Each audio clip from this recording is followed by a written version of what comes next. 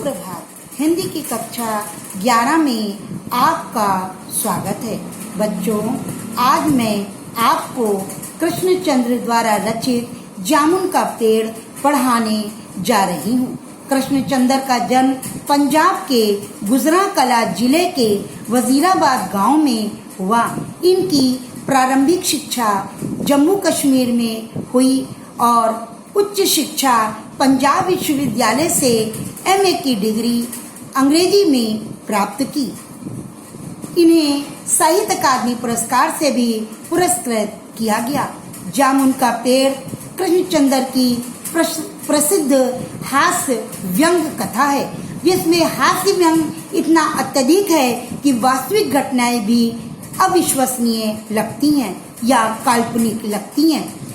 ऐसी रचनाओं का मूल्यांकन नहीं हो सकता। जामुन का पेड़ नामक पाठ में कार्यालयी तौर तरीके बिल्कुल निरर्थक हैं, जो किसी भी उद्देश्य की पूर्ति नहीं करते।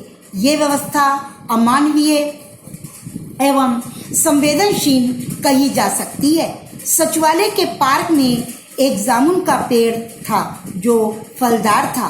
आंधी चलने से वो गिर गया। सुबह जब माली ने गिरे हुए पेड़ को देखा, तब उसने देखा कि उस पेड़ के नीचे एक आदमी भी दबा हुआ है। वो दौड़ता हुआ चपरासी के पास गया। जब चपरासी ने देखा तो उसने ये खबर चारों ओर फैला दी।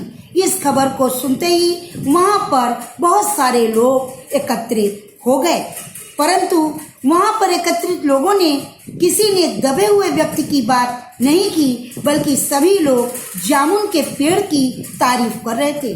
कोई हरे भरा पेड़ कह रहा था तो कोई कह रहा था कि इसका फल कितना मीठा है, और कुछ लोगों ने उसमें कहा कि पता नहीं ये दबा हुआ व्यक्ति जिंदा है या मर गया।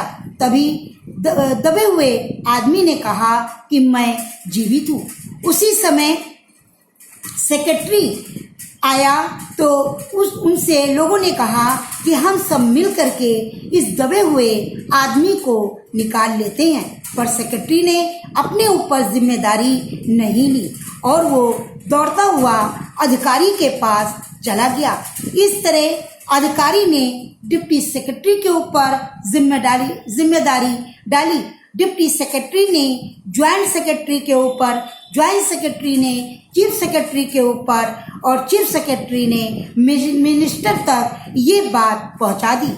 मंत्री ने फिर चीफ मंत्री ने इस काम को फिर ऊपर से नीचे की ओर फाइल ले जाने के लिए कहा। इस तरह सरकारी तंत्र में रहने वाले किसी भी व्यक्ति ने इस घटना का अपने ऊपर जिम्मेदारी नहीं ली। धीरे धीरे दोपहर हो गई और भीड़ भी इकट्ठा हो गई। किसी मनचले सरकारी व्यक्ति ने कहा कि यदि सरकार इसकी इजाजत नहीं देता तो हम ही लोग मिल करके इसको हटा देते हैं। तब सुपरिटेंडेंट फाइल लेकर आया और बताया कि ये काम हमारा नहीं है, ये काम तो कृषि विभाग का है। कृषि विभाग के पास जब फाइल गई तो उसने कहा ये मेरा विभाग नहीं है, बल्कि ये जिम्मेदारी व्यापार विभाग की है। व्यापार विभाग ने फिर वापस कृषि विभाग पर जिम्मेदारी डालकर खुद निश्चिंत हो गए। इस तरह फलदार पेड़ होने के कारण उस फाइल को फिर हार्टिकल्चर विभाग के पास भेज दिया गया। रात में माली ने दबे हुए व्यक्ति को दाल भात खिलाया। माली के पूछने पर उस दबे हुए व्यक्ति ने बताया कि वो अनाथ है, उसके परिवार में कोई भी नहीं है। इस तरह 3 दिन बीत गए, लेकिन पेड़ काटने की इजाजत किसी ने नहीं दी। एक व्यक्ति ने कहा यदि पेड़ नहीं काटा जा सकता तो इस व्यक्ति को ही काट दिया जाए, बाद में प्लास्टिक सर्जरी करा करके इसको सही किया जा सकता है। ये सुनकर सब बड़े आश्चर्यचकित हो गए। उसी समय दबा हुआ व्यक्ति ने एक गालिब की शेर सुनाया। शेर सुनते ही सब लोग उसकी ओर और ज्यादा आकर्षित हो गए। तब पता चला कि यह कवि है और इसका उपनाम ओस है।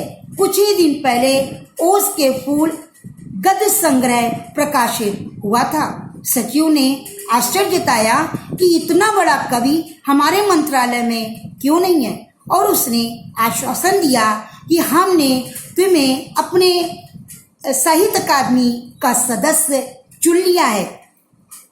परंतु उस दबे हुए आदमी ने कहा कि मुझे इस पेड़ के नीचे से निकालो। तब वो बोला कि मैं तुम्हारे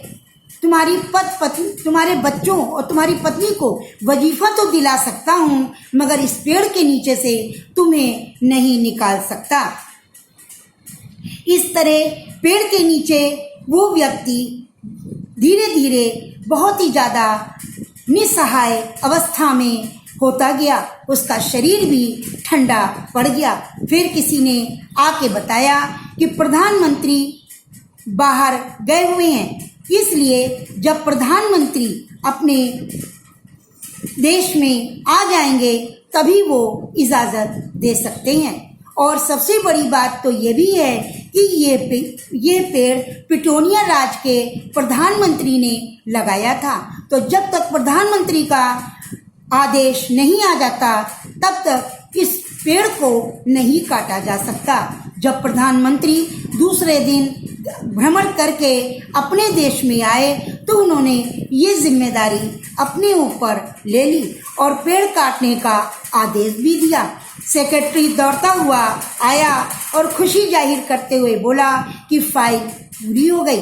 परंतु कवि का हाथ ठंडा पड़ चुका था और उसके जीवन की फाइल पूरी हो चुकी थी। कहने का तात्पर्य है कि सरकारी तंत्र का कार्य इतना लचकर है कि समय पर कोई भी निर्णय ना ले जाने के कारण उस व्यक्ति को अपने जीवन से हाथ धोना पड़ा। धन्यवाद।